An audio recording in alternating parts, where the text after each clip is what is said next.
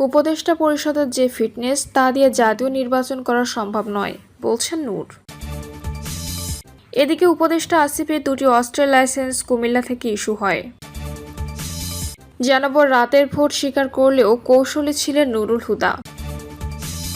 এবং সর্বশেষ জানাবো সরকারি টাকায় কেনা ওষুধে বেসরকারি মোড়ক। শুনছিলেন সংবাদ শিরোনাম, এবারে বিস্তারিত। উপদেষ্টা পরিষদের যে ফিটনেস তা দিয়ে জাতীয় নির্বাচন করা সম্ভব নয়, বলছেন নূর। বর্তমান উপদেষ্টা পরিষদের যে ফিটনেস তা দিয়ে জাতীয় নির্বাচন করা সম্ভব নয় বলে মন্তব্য করেছেন গণ অধিকার পরিষদের সভাপতি নুরুল হক নূর। জাতীয় সরকার গঠনের আহ্বান জানিয়ে নুরুল হক নূর বলেন, জুলাই বিভাজন নয়, ঐক্যের প্রতীক। আমরা শুরু থেকে জাতীয় সরকার গঠনের কথা বলে আসছি। জাতীয় সরকার না হওয়ায় আজকে দেশে এই পরিস্থিতি তৈরি হয়েছে। যে যেভাবে পারছে সেভাবে কাজ করছে। কোনো দল ভাবছে তারা ক্ষমতায় চলে এসেছে, কিছুই মানতে চায় না। বিভেদ তৈরি হয় এমন বক্তব্য থেকে সবার দূরে থাকা উচিত। নুরুল হক নূর আরও বলেন, ঐকমত্য কমিশনের বেশিরভাগ নেতাকর্মীর কণ্ঠে অনৈক্যের সুর। প্রয়োজনে গণভোট আয়োজনের আহ্বান জানান তিনি। আওয়ামী লীগ নিষিদ্ধ প্রধান উপদেষ্টার বক্তব্যে হতাশা ব্যক্ত করে নূর বলেন, লন্ডনের প্রধান উপদেষ্টা আওয়ামী লীগ নিষিদ্ধের বিষয়ে যা বলেছেন তা দুঃখজনক। আওয়ামী লীগ নিষিদ্ধ নিয়ে প্রধান উপদেষ্টার বক্তব্যে আমরা হতাশ। সবাই আপোষ করলেও আওয়ামী লীগের প্রশ্নে গণ অধিকার পরিষদ আপোষ করবে না। অনেকে আবার জাতীয় পার্টিকে ফেরানোর কথা বলছেন। আমরা স্পষ্ট বলছি, জাতীয় পার্টি হলো আওয়ামী লীগের দোসর। 14 দলের প্রশ্নে আমরা কোনো আপোষ করব না। এই প্রশ্নে কোনো রাজনৈতিক দল বা উপদেষ্টা কাউকে ছাড় দেওয়া হবে না। উপদেষ্টা আসিফের দুটি অস্ত্রের লাইসেন্স কুমিল্লা থেকে ইস্যু হয়। স্থানীয় সরকার, পল্লী উন্নয়ন, সমবায় এবং যুব ও ক্রীড়া উপদেষ্টা আসিফ মাহমুদ সজীব ভুঁইয়া দুটি অস্ত্রের লাইসেন্স নিয়েছেন কুমিল্লা থেকে। অস্ত্রের লাইসেন্স পাওয়ার জন্য যে কটি যোগ্যতা দরকার সেগুলো আসিফের না থাকলেও সরকারের গুরুত্বপূর্ণ ব্যক্তি ও উপদেষ্টা ক্যাটাগরিতে তিনি লাইসেন্স পেয়েছেন। কুমিল্লা জেলা প্রশাসকের কার্যালয়ের আবেদনের প্রেক্ষিতে আসিফ মাহমুদ সজীব ভুঁইয়া নামে এই দুটি অস্ত্রের লাইসেন্স ইস্যু করা হয়। গত বছরের 15 ডিসেম্বর 1254 নম্বর পিস্তলের লাইসেন্স ইস্যু হয়েছে, আর শটগানের লাইসেন্স নম্বর 1691। এটিও গত বছরের 3রা ডিসেম্বর ইস্যু করা হয়। অস্ত্র আইনে বলা হয়েছে, ব্যক্তিগত অস্ত্রের লাইসেন্স পাওয়ার জন্য বয়স 30 থেকে 70 বছর থাকতে হবে। কিন্তু আসিফ মাহমুদের বয়স 25 বছর 11 মাস 18 দিন।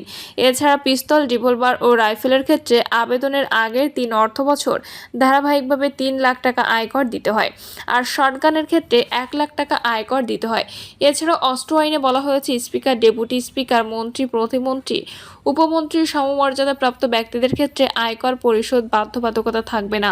তাদের ক্ষেত্রে বয়সের বাধ্যবাধকতাও থাকবে না। রাতের ভোট স্বীকার করলেও কৌশলী ছিলেন নুরুল হুদা। প্রশাসনের নির্বাচন ও রাষ্ট্রদ্রোহের অভিযোগে বিএনপির দায়ের করা মামলায় 2 দফায় 8 দিনের রিমান্ড শেষে সাবেক প্রধান নির্বাচন কমিশনার KM নুরুল হুদা আদালতে জবানবন্দি দিয়েছেন। আদালতে 3 ঘণ্টার বেশি সময় দেওয়া জবানবন্দিতে তিনি 2018 সালে অনুষ্ঠিত একাদশ জাতীয় সংসদ নির্বাচনের রাতের ভোট গ্রহণের কথা স্বীকার করলেও ওই সময় এ বিষয়ে কিছুই জানতেন না বলে দাবি করেছেন। বারবার নিজেকে নির্দোষ দাবি করে অন্যের উপর দায় চাপিয়ে কৌশলে উত্তর দিয়েছেন নুরুল হুদা। গতকাল দুপুর 12টার দিকে রিমান্ড শেষে নুরুল হুদাকে আদালতে হাজির করা হয়। এরপর তাকে দুপুর 2টার দিকে ঢাকায় অতিরিক্ত চিফ মেট্রোপলিটন ম্যাজিস্ট্রেট জিয়াদুর রহমানের আদালতে তোলা হয়। এ সময় আসামি স্বেচ্ছায় জবানবন্দি দিতে সম্মত হওয়ায় তার রেকর্ডের আবেদন করেন মামলার তদন্ত কর্মকর্তা PBI পুলিশ পরিদর্শক সৈয়দ সাজেদুর রহমান। এই আবেদনের পরিপ্রেক্ষিতে আদালত আসামির জবানবন্দি রেকর্ড করেন। রেকর্ড শেষে সন্ধ্যা 6টা 15 মিনিটে তাকে আদালত থেকে বের করা হয়। এ সময় পিঠ মোড়া করে হাত করা, বুকে বুলেট প্রুফ জ্যাকেট, মাথায় হেলমেট পরানো ছিল। মলিন মুখে বের হতে দেখা যায় তাকে। গত 22 জুন সন্ধ্যার দিকে রাজধানীর উত্তরা এলাকা থেকে নুরুল হুদাকে গ্রেপ্তার করা হয়। এদিন স্থানীয় জনগণ তাকে আটক করে পুলিশের সোপর্দ করে। সামাজিক যোগাযোগ মাধ্যমে প্রকাশিত ভিডিওতে দেখা যায় লুঙ্গি পরিহিত নুরুল হুদাকে গলায় জুতার মালা পরায় জনতা। জুতা দিয়ে মুখে আঘাত করতেও দেখা যায়। পরদিন 23 জুন নুরুল হুদাকে 4 দিন ও 27 জুন ফের তার 3 দিনের রিমান্ড মঞ্জুর করেন আদালত। বিগত আওয়ামী লীগ সরকারের সময় নির্বাচন কমিশনের সাংবিধানিক দায়িত্ব পালন না করে উল্টো ভয়ভীতি দেখিয়ে জনগণের ভোট ছাড়াই নির্বাচন সম্পন্ন করার অভিযোগে গত 22 জুন মামলা করে বিএনপি। দলের জাতীয় নির্বাহী কমিটির সদস্য সালাউদ্দিন আহমেদ মামলাটি করেন। পরবর্তী সময়ে গত 25 জুন এ মামলায় নতুন করে রাষ্ট্রদ্রোহ, প্রতারণা ও অর্থ আত্মসাতের ধারা যুক্ত করা হয়। মামলায় 2014 সালের নির্বাচনে তৎকালীন সিইসি কাজী রকিবউদ্দিন আহমেদ, 2018 সালের নির্বাচনে তৎকালীন সিইসি এ.কে.এম. নুরুল হুদা, 2024 সালের নির্বাচনে তৎকালীন সিইসি কাজী হাবিবুল আওয়ালকে আসামি করা হয়েছে। হাবিবুল আওয়াল রিমান্ড শেষে কারাগারে রয়েছেন। সরকারি টাকায় কেনা ওষুধে বেসরকারি মোড়ক। সরকারি হাসপাতালে ওষুধ বাইরে বিক্রির অভিযোগ নতুন নয়, তবে বক্ষব্যাধি ইনস্টিটিউট নিয়ম ভেঙে 2024-25 অর্থবছরে ওষুধ কিনেছে কমার্শিয়াল মোড়কে, যাতে সরকারি পরিচয় নেই। এতে বাইরে বিক্রি করতে শনাক্ত করা কঠিন হয়ে পড়ে, ফলে অবৈধ বেচা বিক্রির পথ আরও সহজ হয়েছে। ওষুধ ও কসমেটিক্স আইন 2022-এ সরকারি ওষুধ চুরি করে বিক্রি করা হলে 10 বছরের কারাদণ্ড অথবা 10 লাখ টাকা জরিমানা করার বিধান আছে।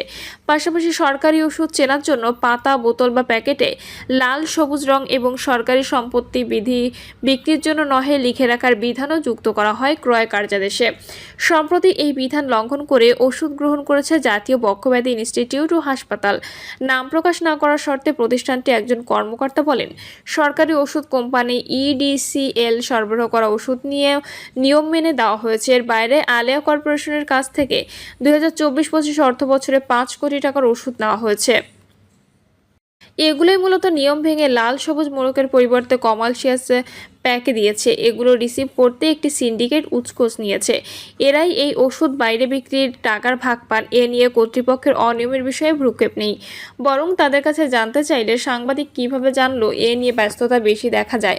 হাসপাতালটির স্টোরের দায়িত্বে নিয়োজিত মেডিকেল অফিসার ডক্টর আনামা আশিকুর রহমান খান বলেন, লাল সবুজ তো আমাদের বাধ্যবাধকতা আছে, কিন্তু জরুরি প্রয়োজনে এর বাইরেও কিছু নেওয়া হয়। আবার অনেক ওষুধ আছে বিদেশি, সেগুলোতে লাল সবুজ মোড়ক থাকে না। এগুলো তো জরুরি প্রয়োজনে নয়, স্বাভাবিক প্রক্রিয়ায় নেওয়া হয়েছে। এমন প্রশ্ন করলে তিনি বলেন, এগুলোর জন্য কথা বলার কর্তৃপক্ষ হচ্ছে পরিচালক ও সুপারিনটেনডেন্ট। আরও তথ্য চাইলে তাদের অনুমতি লাগবে। এ নিয়ে হাসপাতালের সুপারিনটেনডেন্ট ডক্টর আবদুল্লাহ আল মেহেদি বলেন, 5 কোটি টাকার সব ওষুধ লাল সবুজ ছাড়া নেওয়া হয়নি। কিছু আইটেম নেওয়া হয়েছে, এটা হতে পারে মাঝে মধ্যে। অনেক আইটেম তো যারা সার্ভে করে তারাতে একটু হয়ে যায়।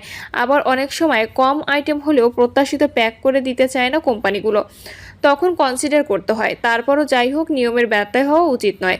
আমরা সামনে চেষ্টা করব কমার্শিয়াল প্যাকে না নিয়ে লাল সবুজ প্যাকে নিতে। হাসপাতালের ভারপ্রাপ্ত পরিচালক ডক্টর দেলোয়ার হোসেন প্রশ্ন করেন, লাল সবুজ সব ওষুধের ক্ষেত্রে তো হয় না, যেগুলো আমদানি হয় সেগুলো লাল সবুজ পাবো কোথায়? লাল সবুজ প্যাক ছাড়া কমার্শিয়াল প্যাকে দেশীয় ওষুধের অনেক পরিমাণ স্টোরে আছে। জানালে তিনি উল্টো প্রশ্ন করেন, আপনাকে কে বলল? জবাবে, আমি নিজে স্টোরে গিয়ে দেখে আসছি বললে অফিস টাইমে আসেন দেখব বলে এড়িয়ে যান।